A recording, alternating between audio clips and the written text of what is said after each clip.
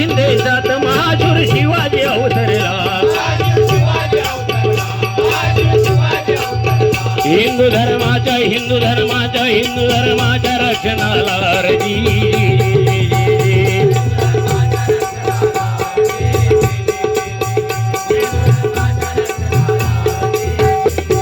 साहेबांनी आदेश दिला, राजा कोंढाण्यासारख्या बळकट किल्ला मुघलांच्या ताब्यामध्ये मराठी अस्मितेला शोभा देत नाही. कोंढाणा किल्ला सर झालाच पाहिजे, तशी आज्ञा मासाहेब. एवढ्यात तानाजी मालुसरे आपल्या मुलाच्या लग्नाची पत्रिका घेऊन आले. राजा माझ्या एकुलत्या एका मुलाचं लग्न आहे, तुम्हाला आलंच पाहिजे. अरे ताना, मला एका मोहिमेवरती जायचंय, कदापि शक्य नाही. राज, हा ताना जिवंत असताना तुम्ही मोहिमेवरती जाणार हे कदापि होऊ देणार नाही. काय मोहीम आहे? कोंढाणा किल्ला सर करायचा आहे त्यांना. एवढंच ना, आधी लगीन कोंढाण्याचं मग माझ्या रायबाचं. कोंढाणा किल्ला सर करण्यासाठी तानाजीने यशवंती घोरपडीला बरोबर घेतलं. गडाच्या पायथ्याशी आले. यशवंतीला दोरखंड बांधला, गडावर सोडलं. अर्ध्यापर्यंत यशवंती गेली, तिला आपला ढण्याचा काय दिसत होता. यशवंती माघारी फिरली.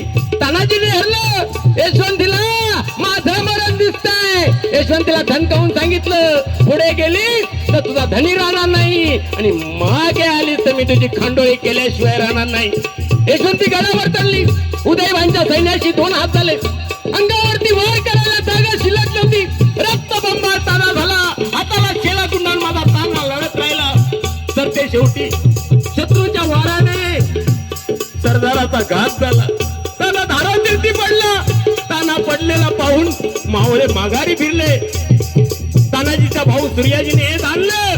गडावरचा दोर कापून टाकला आणि पळणारा सैन्याला सांगितलं, मरायचं असेल तर उड्या टाकून मरा, आणि लढायचं असेल तर शत्रूशी 2 हात करा. परत गरम हो युद्ध झालं. माझ्या मराठ्यांचा विजय झाला.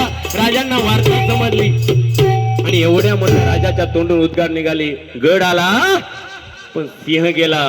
गड आला पण सिंह गेला. गड आला पण सिंह गेला.